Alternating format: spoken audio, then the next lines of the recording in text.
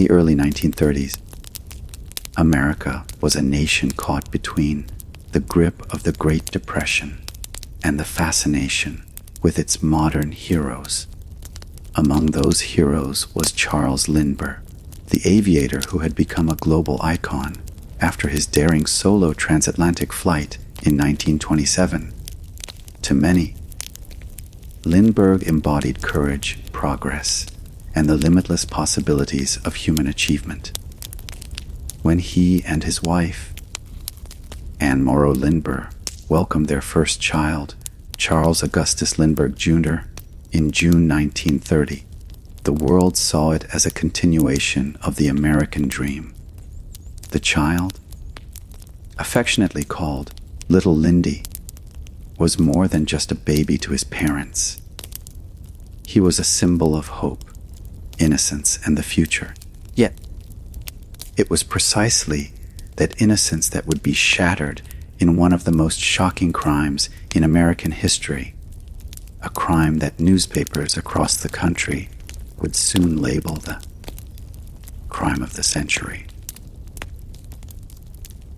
The Lindbergh family lived in a secluded estate in Hopewell, New Jersey. It was an isolated area, chosen deliberately to escape the constant harassment of the press and the growing crowds that seemed to follow Charles Lindbergh wherever he went. By early 1932, the Lindberghs had settled into their home, where young Charles Jr., now just shy of 2 years old, was cared for by his parents and a nursemaid named Betty Gow. The family's private life was precious, guarded against the outside world. But privacy, as it turned out, could not shield them from tragedy. On the evening of Tuesday, March 1st, 1932, the Lindbergh home was unusually quiet. Dinner was served at its usual hour, and afterward, Anne read to her son before handing him over to Betty Gow. By 7:30 p.m., baby Charles was tucked into his crib on the second floor of the home. The windows of the nursery were shut against the cold night air, and everything seemed as it should be. Around the same time, Charles Lindbergh was in the library on the first floor, reading and writing while Anne rested. The household staff moved about quietly. The atmosphere was ordinary, almost mundane. But unknown to everyone inside, someone was already planning to breach the sanctity of their home. At approximately 9:00 p.m., Betty Gow went upstairs to check on the baby. She found him sleeping peacefully. Nothing seemed out of place. But just 2 hours later, at around 10:00 p.m., she returned to the nursery and was met with a chilling sight. The crib was empty. The child was gone. At first, she thought perhaps Charles Lindbergh had taken the boy into his care. But when she asked, he denied it. A frantic search of the house began, with everyone scouring the rooms, hallways, and surrounding grounds. Within minutes, the horrifying truth became undeniable. Charles Augustus Lindbergh Jr. had been kidnapped. Near the nursery window, investigators later discovered signs of forced entry. A crudely built wooden ladder had been placed against the side of the house, leading to the second-story window. The marks left on the wall and the ground indicated that the ladder had shifted during use, even breaking a rung under the weight of the person climbing it. Inside the nursery, muddy footprints and an envelope containing a ransom note awaited discovery. The letter, written in broken English and filled with strange symbols, demanded $50,000 in exchange for the safe return of the child. It was the first of many notes that would follow. and it set into motion a frantic series of events that would grip the nation. Word of the kidnapping spread quickly, first through law enforcement channels and then into the press. By midnight, the Lindbergh home was no longer a quiet, private estate, but the center of what would become the most famous manhunt in American history. Reporters swarmed the grounds. Police officers, state troopers, and private investigators were called in. Friends and family rushed to support the distraught parents. The scene was chaotic. Charles Lindbergh, normally a man of steel nerves, was shaken to his core. His fame, which had once been his greatest asset, now turned into a liability. The case instantly became front-page news across the country. Every parent, every citizen, could feel the terror and heartbreak of the Lindberghs. If this could happen to America's most admired family, then no one's home truly felt safe. The ransom note left at the scene was a chilling piece of evidence. It was written in a strange, almost cryptic style, filled with peculiar misspellings and an odd signature. 2 interlocking circles with 3 holes inside them. The message instructed the family not to involve the police, warning that failure to comply would put the child's life at risk. Despite this, it was impossible to keep law enforcement out of the picture.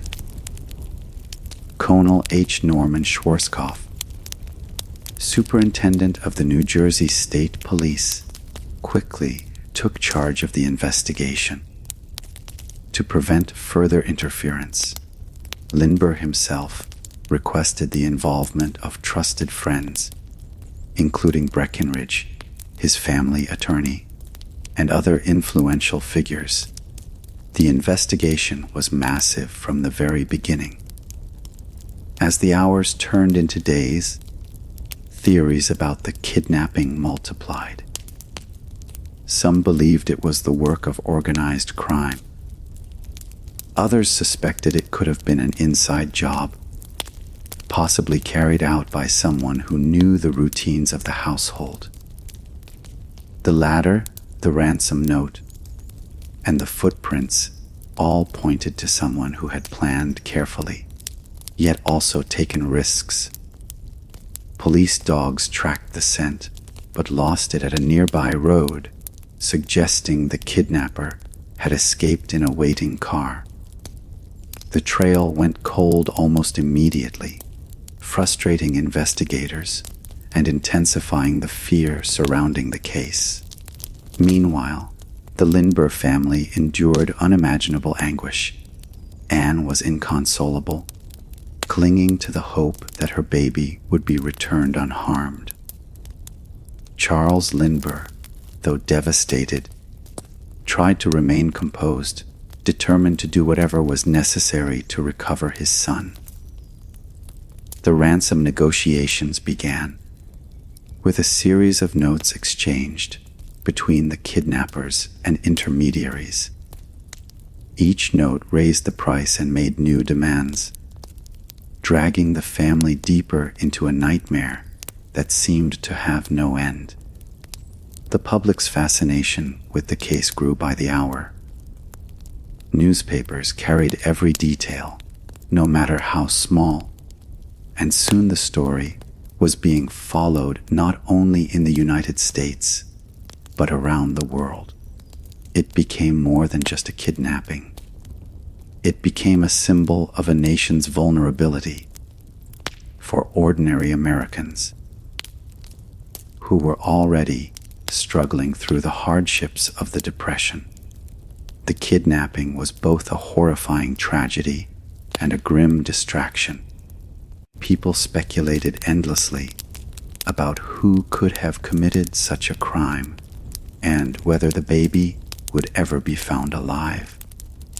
By the end of that first week, the Lindbergh home was under constant surveillance, not only by the police, but by an endless stream of reporters and curious onlookers. The once peaceful estate had turned into a fortress, buzzing with activity and anxiety. Every noise, every shadow, raised suspicion. The ransom negotiations continued, but hope was already beginning to fade. The crime, it seemed, had been carried out with cold precision, and the mastermind behind it remained hidden. The kidnapping of Charles Augustus Lindbergh Jr. was not just the abduction of a child. It was the theft of innocence from an entire nation. That night in March 1932 marked the beginning of a story that would unravel in ways no one could have imagined. It would involve coded messages, underground dealings, mysterious figures, and ultimately, a trial that would capture the attention of the world. But for the Lindberghs, in those first terrible days, all that mattered was one question: would their baby be returned alive? Sadly, history would show that the answer was far more tragic than anyone dared to believe. In the days following the abduction of Charles Augustus Lindbergh Jr., the Lindbergh estate in Hopewell, New Jersey became the epicenter of an unprecedented investigation. The once peaceful home of America's most celebrated aviator was now filled with law enforcement officers, reporters, and neighbors hoping for any sign of progress. Colonel H. Norman Schwarzkopf of the New Jersey State Police coordinated the investigation. But the magnitude of the crime demanded more than just routine police work. It was immediately clear that this was no ordinary kidnapping. It was the crime of the century, unfolding in real time. The first ransom note, discovered in the nursery, demanded 50,000. But in the days that followed, more notes began to arrive, each escalating the pressure and heightening the fear.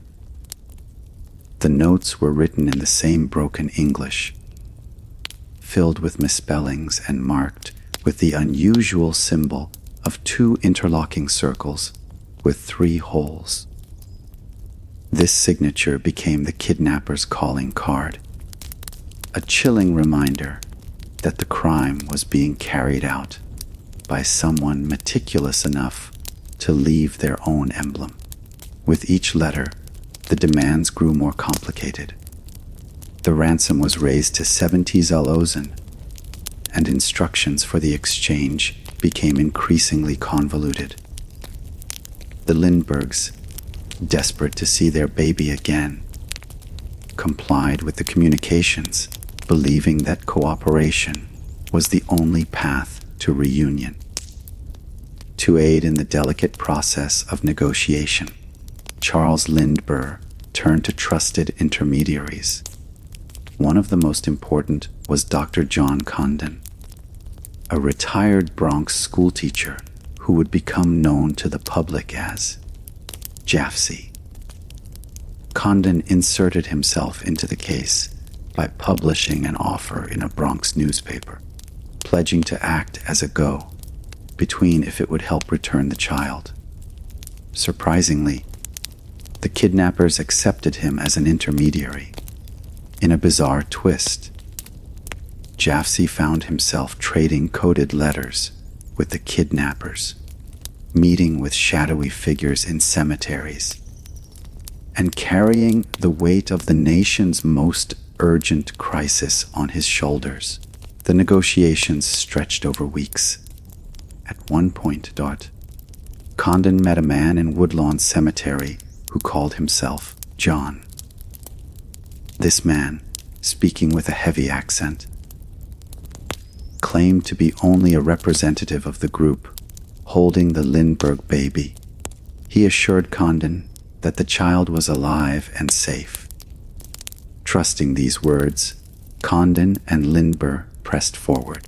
Finally, on April 2, 1932, the ransom was delivered, 50,000 in marked gold certificates and bills, packed into a wooden box.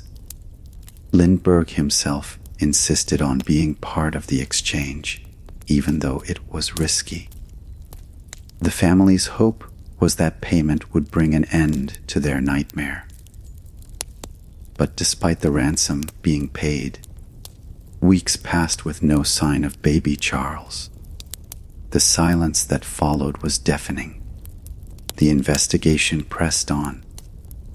Federal agents, though not yet officially authorized to take control, began quietly assisting the case. Every aspect of the Lindbergh's life was scrutinized. The ladder used to enter the nursery was studied, revealing that it had been built from wood scraps, carefully assembled but fragile. The ransom notes were analyzed, but the strange phrasing and unique handwriting yielded little beyond speculation about the author's nationality. The serial numbers of the ransom bills were recorded, creating a financial trap. If the money resurfaced, it might lead investigators to the perpetrators. Meanwhile, the nation watched in anguish. Radio broadcasts carried updates, newspapers ran bold headlines, and millions of Americans followed the case as if it were unfolding in their own homes. Parents locked their doors, fearful that their children might be next. The Lindbergh kidnapping was more than just a crime. It had become a shared trauma. Everyone knew that time was running out.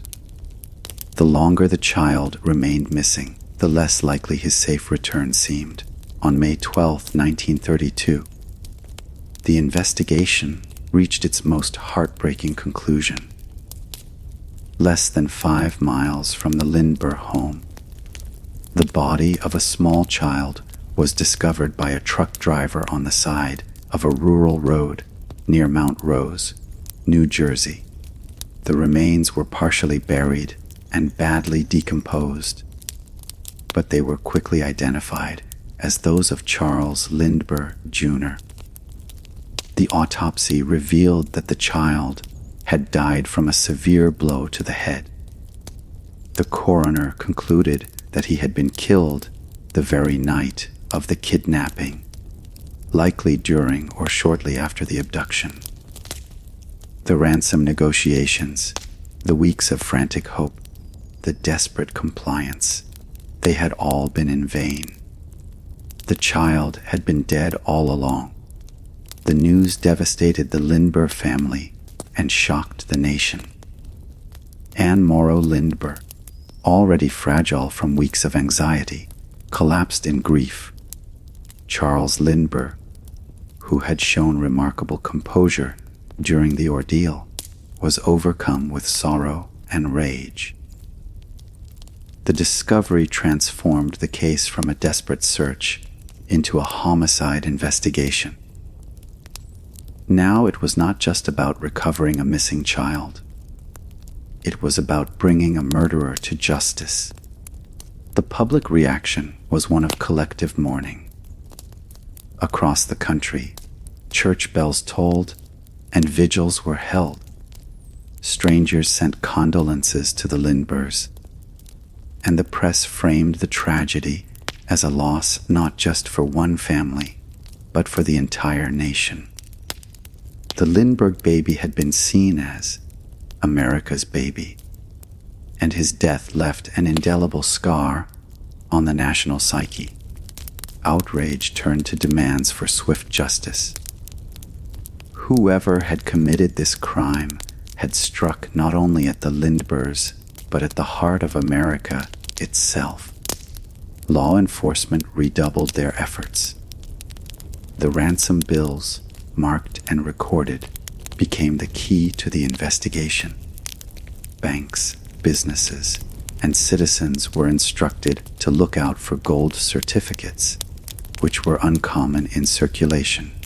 For months, detectives traced small deposits of the bills appearing in New York City.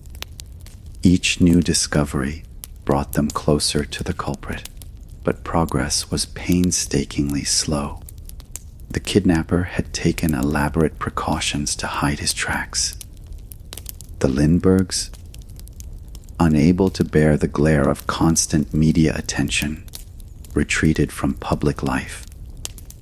They moved away from their Hopewell estate, leaving behind the house that had once been their sanctuary, but had become a site of unbearable memories. Anne turned to her writing to cope with the loss, while Charles threw himself into supporting the ongoing investigation. Yet both were forever changed. The crime had stolen not only their child, but also their sense of safety and peace. Out of the tragedy came a significant change in American law. The Lindbergh kidnapping highlighted the limitations of state police in handling crimes that crossed jurisdictions. At the time, kidnapping was not a federal crime, and the FBI's role in the case had been limited. The outrage surrounding the crime led Congress to pass the Federal Kidnapping Act in 1932, often called the Lindbergh Law.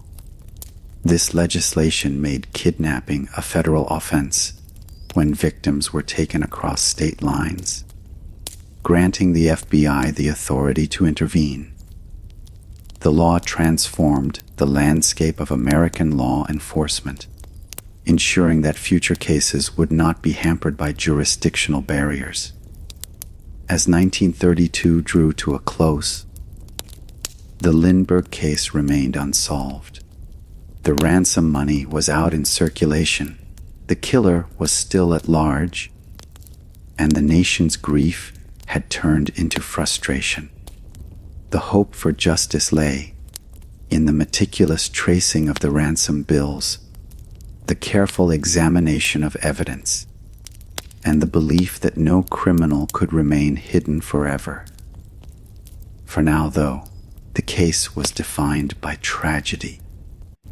The nation had witnessed the loss of its most famous child, and the promise of innocence had been replaced by the harsh reality of crime and cruelty.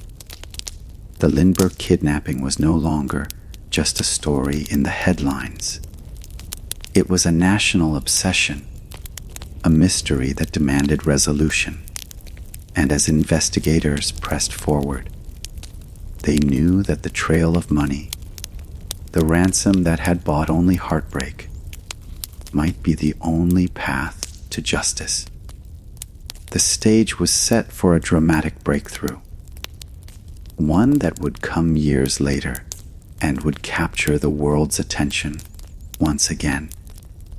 In the months and years that followed the tragic discovery of Charles Augustus Lindbergh Jr.'s body, the investigation into the kidnapping and murder continued with relentless determination. Though the nation had been shaken to its core by the crime, law enforcement refused to allow the case to fade into obscurity. The key to solving the mystery lay in the ransom money, those $50,000 in marked bills that had been delivered in exchange for a promise never fulfilled. Investigators knew that if they could trace the flow of those bills, they might uncover the identity of the man who had dared to commit the crime of the century. The Lindbergh ransom money had been carefully cataloged before it was handed over. Serial numbers were recorded, and most of the money was paid in gold certificates, a form of currency that was already becoming scarce due to the Gold Reserve Act. This rarity made the bills easier to trace, since anyone who tried to spend them would stand out. For months, investigators quietly monitored banks and businesses across New York City, waiting for the ransom bills to surface. At first, only small amounts appeared, a gold certificate here, another there. But by 1934, the trickle became more noticeable. Someone was spending the Lindbergh ransom money. The breakthrough came in September of that year. A gas station attendant in the Bronx became suspicious when a customer paid for gasoline with a 10 gold certificate. By then, word of the Lindbergh ransom bills had been spread widely, and the attendant had the foresight to record the license plate number of the car before the driver pulled away. The plate led investigators directly to a man named Bruno Richard Hauptmann, a German immigrant living in the Bronx. It was a lead that would change the course of the investigation forever. On September 19, 1934, police arrested Hauptmann outside his home. Inside his garage, hidden in a wall, they discovered a stash of gold certificates, more than 14,000 of the Lindbergh ransom money. The evidence was damning. Hauptmann, a 34-year-old carpenter, had a criminal record in Germany and had entered the United States illegally years earlier. He lived with his wife, Anna, and appeared to be an ordinary working-class man. But now he was accused of being the most notorious criminal in America. Investigators quickly built their case. The handwriting on the ransom notes was compared to samples from Hauptmann, and experts testified that they matched. Wood analysis of the latter, used in the kidnapping, suggested that pieces of the wood had come from Hauptmann's own attic. Neighbors claimed to have seen him acting suspiciously, and his sudden access to large sums of money raised further doubts about his innocence. Though he denied any involvement in the crime, the evidence piled up, and the state was determined to prosecute him to the fullest extent. The arrest of Bruno Hauptmann electrified the nation. Newspapers splashed his face across their front pages, labeling him the man responsible for America's greatest crime. Crowds gathered outside police stations and courthouses, eager for a glimpse of the accused. To the public, Hauptmann was already guilty. The sheer weight of the evidence seemed overwhelming, and the demand for justice for the Lindbergh baby, was deafening. Yet questions lingered. Was Hauptmann truly the mastermind, or was he merely a pawn in a larger conspiracy? Some believed others must have been involved, pointing to the mysterious John, who had met with Dr. Condon in the cemetery. But for law enforcement and the press, Hauptmann was the answer they had been waiting for. As the case moved toward trial, preparations took on the feel of a national spectacle. The proceedings were to be held in Flemington, New Jersey, a small town that suddenly found itself at the center of global attention. Hotels and boarding houses filled with reporters, lawyers, and curious citizens. The courthouse was fortified to handle the crowds, and every day throngs of people lined the streets, eager to catch a glimpse of Charles Lindbergh, Anne Morrow Lindbergh, and the man accused of destroying their lives. The media frenzy was unlike anything the country had seen before. Newspapers sent their best reporters, radio stations provided live updates, and headlines screamed of the impending showdown between the grieving hero and the accused villain. For the Lindberghs, the trial was both necessary and agonizing. Charles Lindbergh, though deeply private by nature, agreed to testify. His presence in the courtroom symbolized the gravity of the case. The public hung on every detail, every glance, every word spoken. Anne, still fragile from her grief, endured the spectacle with quiet dignity. Their suffering was laid bare before the nation, but they understood that justice demanded their participation. The trial began in January 1935 and quickly captured the world's attention. The state's case rested heavily on circumstantial evidence: the ransom money found in Hauptmann's possession, the handwriting analysis, and the wood fragments that supposedly linked his attic to the kidnapper's ladder. Witnesses testified to seeing him near the scene, while others claimed he had acted suspiciously in the weeks following the kidnapping. Hauptmann, however, maintained his innocence. He insisted that the ransom money had been left with him by a friend, a man named Isidor Fish, who had since died. According to Hauptmann, he had no knowledge of the kidnapping and had been made a scapegoat. Despite his protests, the weight of public opinion and the relentless prosecution painted Hauptmann as the guilty party. To many, the trial was not about uncovering the truth. It was about securing justice for the Lindberghs and restoring faith in the nation's ability to punish its criminals.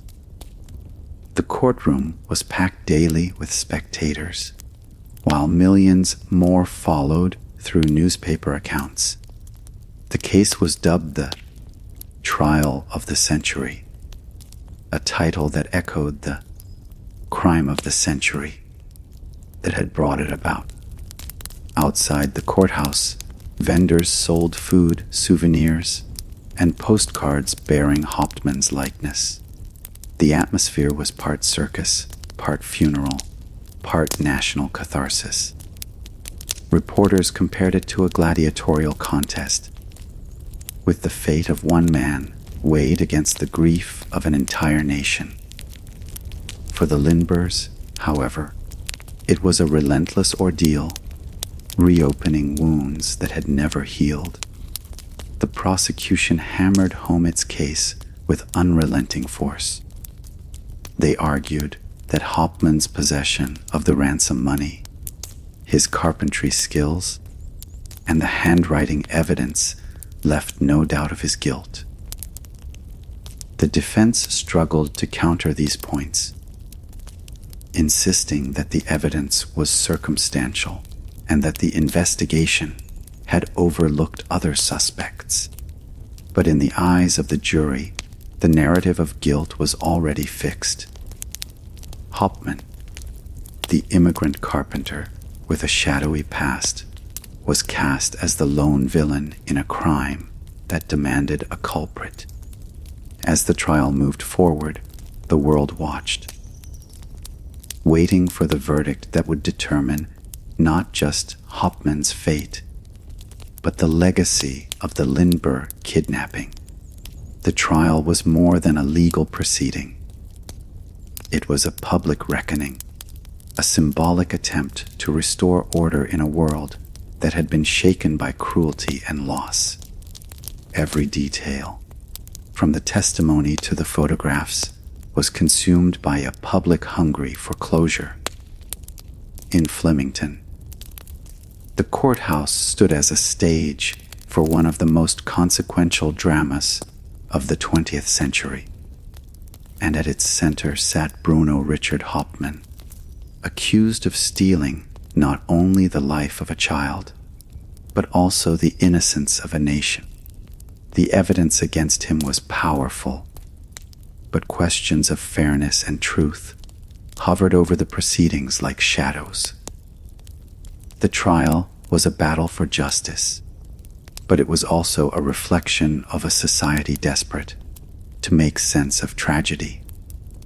By the close of Chapter 3, the stage is set for the final act, the verdict and the execution that would cement the case as one of the most famous and controversial in American history. The world was about to hear its judgment, but whether that judgment would represent truth or vengeance remains a matter of debate. Even to this day, the winter of 1935 turned the quiet town of Flemington, New Jersey, into a stage for history. Inside the Hunterdon County Courthouse, the fate of Bruno Richard Hauptmann and the legacy of the Lindbergh Kidnapping was about to be sealed. The trial, which had captivated the world, was nearing its end. The evidence had been laid out. The witnesses had testified, and the grief of the Lindberghs hung heavy over every word spoken in the courtroom. The jury now held the power to decide whether Hauptmann would live or die. For weeks, the prosecution had hammered its case with precision. They pointed to the more than $14,000 in ransom money hidden in Hauptmann's garage, the handwriting on the ransom notes that experts claimed matched his own, and the wooden ladder traced back to lumber from his attic. To them, the narrative was simple.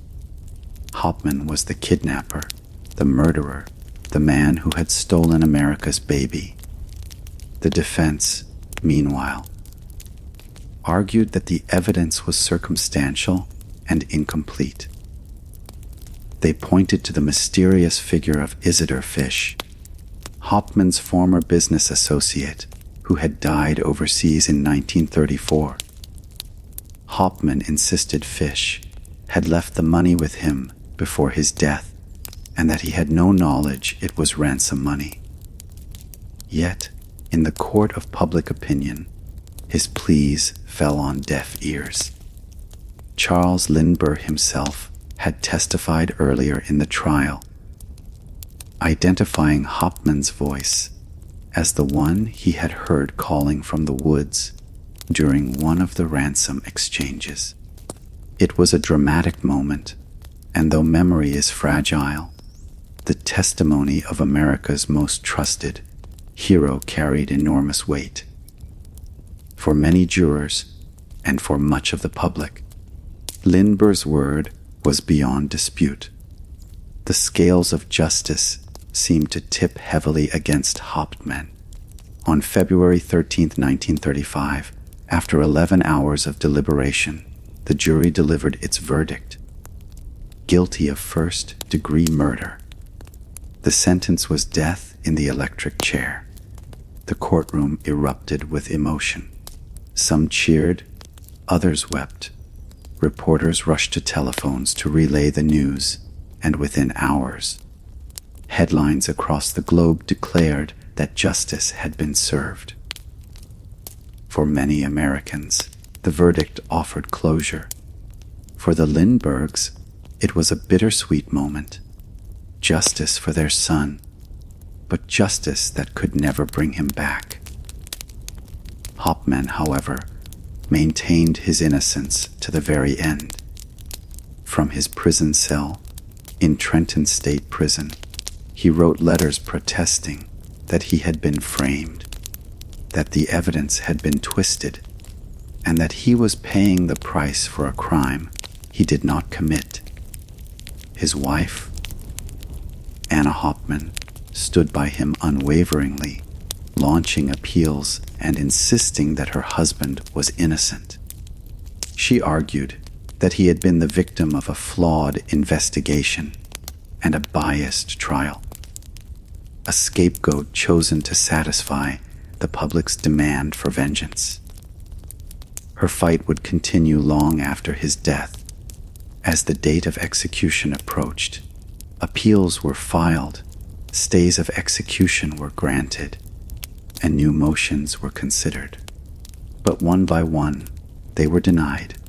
The courts, the governor, and even President Franklin D. Roosevelt were petitioned to intervene, yet none stepped in to halt the process.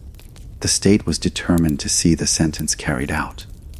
On April 3, 1936, Bruno Richard Hauptmann was executed in the electric chair. Witnesses described him as calm, composed, and resolute. He refused to confess even when given a final chance to speak. Instead, he declared his innocence once more, insisting he had no part in the kidnapping or murder of Charles Lindbergh Jr. At 8:47 p.m., the current was applied, and moments later, Hauptmann was pronounced dead. Outside the prison, crowds gathered, some celebrating the execution, others protesting it.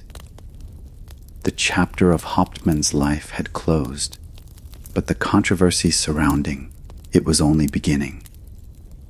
For the Lindberghs, the execution brought a measure of finality, but not peace.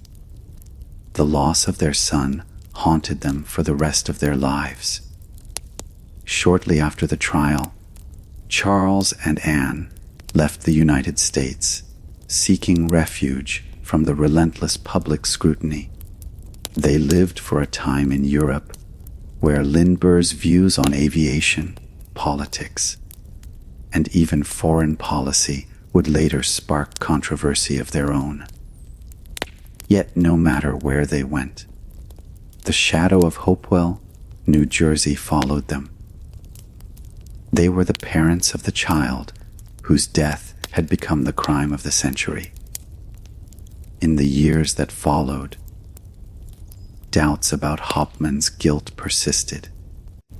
Critics pointed to flaws in the investigation, the mishandling of evidence, the questionable reliability of handwriting analysis, and the possibility that key witnesses had been influenced by the desire for a conviction.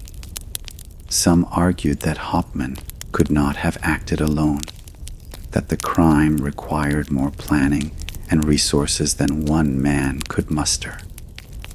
Others went further, suggesting he had been innocent altogether, framed by circumstance and prejudice. The fact that he had been a German immigrant in a time of rising anti-immigrant sentiment did not escape notice. Decades later, forensic experts, legal scholars, and true crime enthusiasts would continue to debate whether justice had truly been served. Despite the controversies, the impact of the Lindbergh kidnapping on American society was profound. The case led directly to the passage of the Federal Kidnapping Act, known as the Lindbergh Law, which gave the FBI authority to investigate kidnappings that crossed state lines. It transformed how law enforcement approached major crimes, setting the stage for the modern FBI's role in national investigations. The case also reshaped media coverage of crime. The Lindbergh trial demonstrated the power of newspapers and radio to shape public opinion, to turn a courtroom into a theater, and to elevate a criminal trial into a cultural phenomenon. It was, in many ways, the birth of the true crime media frenzy that continues today. For the Lindberghs, the tragedy never faded. Anne Morrow Lindbergh channeled her grief into writing, producing works of literature that reflected her resilience and introspection. Charles Lindbergh continued his aviation career and later became involved in public debates about America's role in the world. But no matter their accomplishments, they were always remembered as the parents of the kidnapped child. The weight of that identity followed them throughout their lives. As decades passed, the Lindbergh kidnapping remained etched into the American memory. It was retold in books, documentaries, and films.